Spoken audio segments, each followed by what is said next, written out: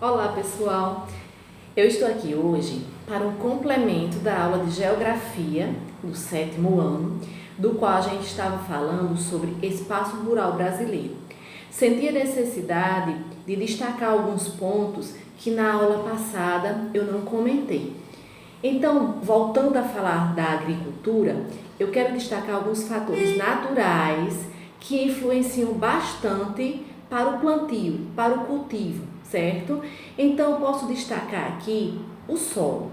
O solo ele é muito importante para você plantar qualquer tipo de cultivo. Por quê? Ele pode ser fértil, que aí vai dar tudo certo, tá? Ou ele pode ser infértil, um solo árido, certo? Que fica difícil de nascer, de germinar alguma coisa ali, ok? Então falta nutrientes. Eu posso destacar também o relevo como outro elemento, outro fator que atrapalha a agricultura. O relevo, se ele for plano, melhor será para o plantio. Se o relevo for íngreme, não será muito legal, porque aí tem dificuldade de usar ferramentas, maquinários, né, trator, alguma coisa assim. Posso destacar também o clima. Se chove de menos, se é seco, não tem nutrientes, não tem como se desenvolver nenhum tipo de agricultura. Se chove demais, encharca o solo e também não será legal para plantar nada ali. Então, esses três elementos são muito importantes para a agricultura. Só que eu tenho que ressaltar para vocês que com as tecnologias dos dias atuais, alguns espaços de que eu até comentei aqui, eles estão sendo produtivos. Como? A gente está conseguindo plantar a uva, que não é uma fruta característica da região Nordeste, está sendo plantado aqui no Nordeste brasileiro, cujo clima é quente, certo? Que tem poucas chuvas, e aí a gente pode ver que as tecnologias de irrigação estão ajudando na colheita da uva e está sendo exportada pelo Brasil e pelo mundo, certo? Posso destacar também a soja. Só voltando que o nosso bioma é a caatinga, né? O Nordeste, então super difícil de germinar esse tipo de fruta não característica daqui. Com relação à soja, também não é um grão que é bom para as nossas terras, mas nossas terras brasileiras, que no caso agora eu vou falar sobre o bioma do Cerrado. E lá eles conseguiram, com a irrigação e as tecnologias, fazer o plantio da soja. E a região centro-oeste do Brasil ela se destaca na exportação de soja pelo mundo todo, tá? Posso falar também sobre a estrutura fundiária, muito importante para o Brasil. Estrutura fundiária brasileira, gente, eu posso começar falando sobre o êxodo rural. Os pequenos agricultores começaram a sair da sua área rural para a cidade em busca de emprego. Porque os grandes empresários foram comprando as terras e os pequenos produtores tiveram dificuldade de competir com eles, certo? Então se deu esse grande êxodo rural. Quero também reforçar o que significa minifúndio. São pequenas propriedades e elas são inferiores a 10 hectares. Gente, hectares é uma medida, certo? Que 10 hectares, por exemplo, 1 hectare, por exemplo, significa 10.000 metros quadrados, tá?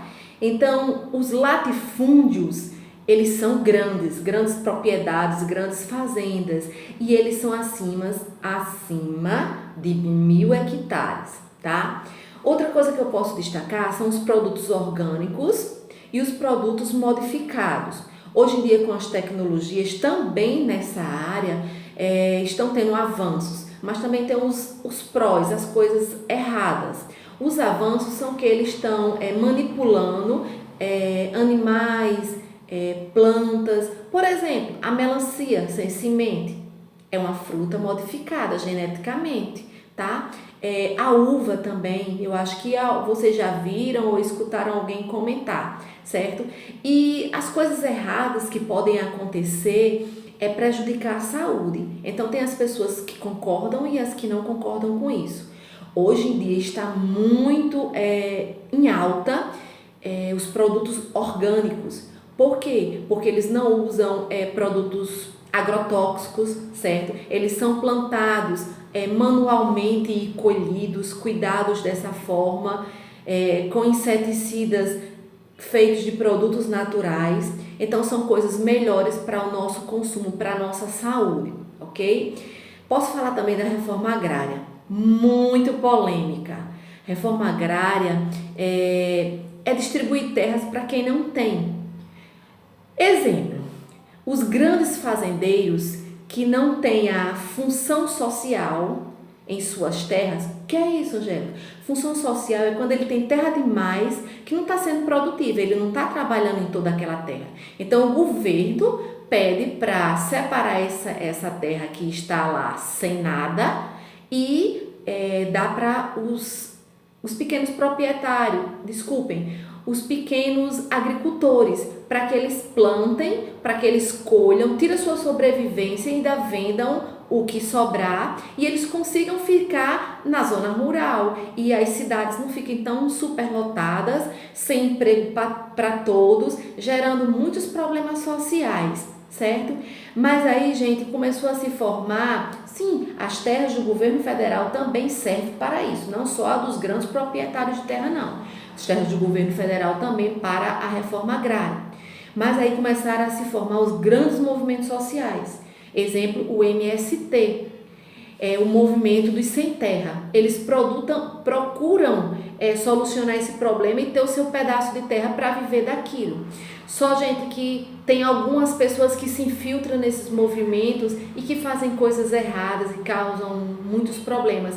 Pelo Brasil afora já tiveram disputas de terras, os sem terras invadindo grandes propriedades, tendo atritos, violência, mas seria uma grande, vamos dizer assim, forma de colocar essas pessoas que estão sem terras e elas serem produtivas e melhorarem de vida. Então era esse complemento que eu queria fazer para vocês na aula de geografia sobre o espaço rural brasileiro, tá ok? Muito obrigada, beijo!